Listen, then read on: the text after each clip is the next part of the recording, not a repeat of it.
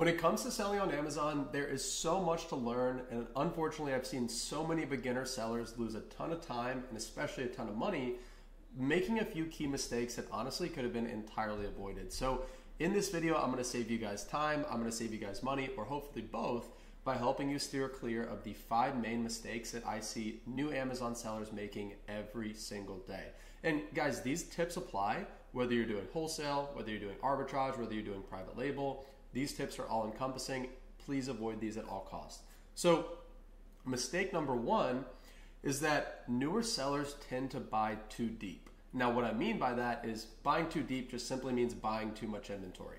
They get excited, they see a product they like, they think it's going to be profitable, and they buy way more than they actually need. And this causes sellers to get stuck with product that they can't move, which ties up their cash and kills their cash flow. And now, listen, I've made this mistake myself. When I was newer, there was a specific garden product that I bought way too much of, ended up sitting on it for like 3 months, had to liquidate at a loss, and learned my lesson in not buying too deep when it doesn't make sense. So as a new seller, when you're testing out a new product, make sure that you're buying anywhere from 2 to 3 weeks, maybe up to 4 weeks at most of that product, so that way you're not sitting on it for too long and tying up too much of your cash. Mistake number 2 is that newer sellers tend to buy, not that they tend to buy, but sometimes they do just buy from sketchy suppliers. Now this affects wholesale sellers more than like arbitrage sellers or private label sellers, but the tip is the same, guys. If you're buying from a sketchy supplier that's not authorized or that maybe has really good pricing that almost doesn't make sense, it's like too good to be true, this is how you get your account in trouble, because a lot of times these goods are fake or they're stolen or there's something sketchy about the supply chain, and Amazon is very specific about the supply chain and wants you to have good products. And I've seen new suppliers get scammed by sketchy suppliers. I see it literally every week, like no exaggeration. It's sad to see, but it can be avoided. And this has happened to me as well. I mean, there was a time, I think it was about 3 years ago in 2021, I bought some video games from a supplier that in hindsight looked pretty sketchy. The deal was too good to be true. They had everything in stock. They said all the right stuff. Everything looked good on paper. Turns out these video games were not compatible with US consoles. They were only compatible with Middle Eastern consoles. So I ended up losing about $6,000 on that transaction. I learned the hard way.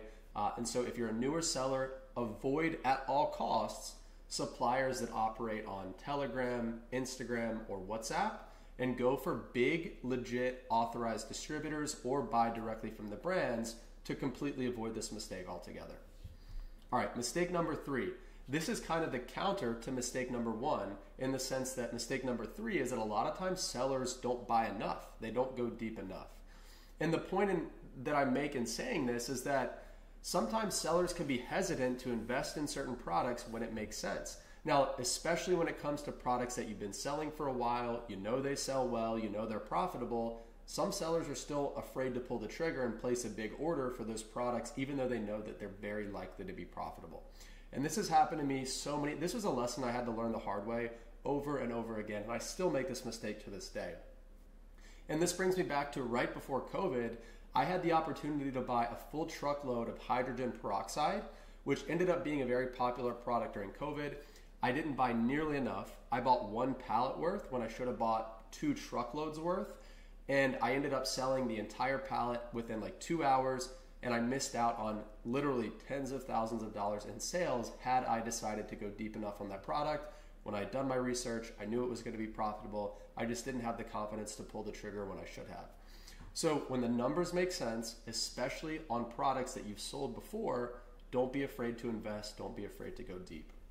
All right, mistake number 4 is a lot of times newer sellers are not tracking their numbers.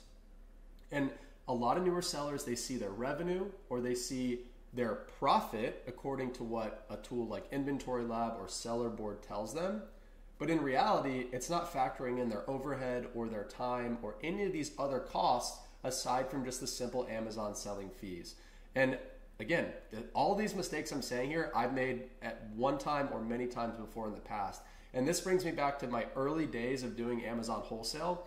I remember I thought I was killing it. I thought I was making all this money because according to my Inventory Lab account, I was. But when I factored in my overhead, my shipping costs, and the value of my time, I was basically breaking even. So the teaching point here is that there's a quote that I love to repeat. I've heard this many times. Revenue is vanity, profit is sanity, cash is king. You want to make sure that you're accounting for your profits correctly, that revenue is completely irrelevant. It's all about profit. And you've got to have a good bookkeeper and an accountant that understand e-commerce, that understand Amazon, so that they can help you make sure that you're tracking your profits properly. And this is going to help you, pay taxes that are appropriate as opposed to paying more or less than what you should actually be paying.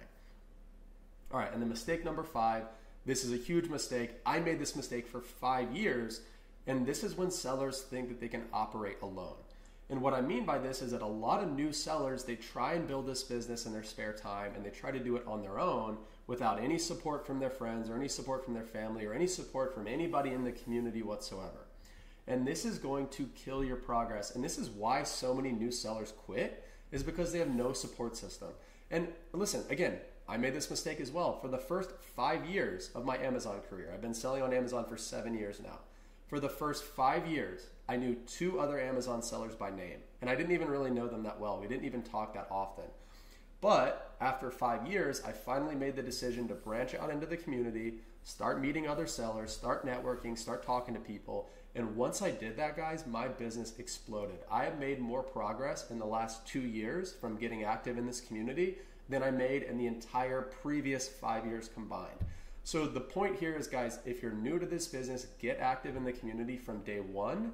Your business is going to grow 10 times faster as a result. I can literally guarantee you that. And guys, if you're looking for a group that can help take your wholesale business to the next level, where you're going to get the content, the coaching, and the community that you need to succeed, I want you to head over to wholesalenetwork.io, apply to join us inside the Wholesale Network, or you can hit the link in the description below. We're going to help you scale your wholesale business. And thank you so much for watching this video.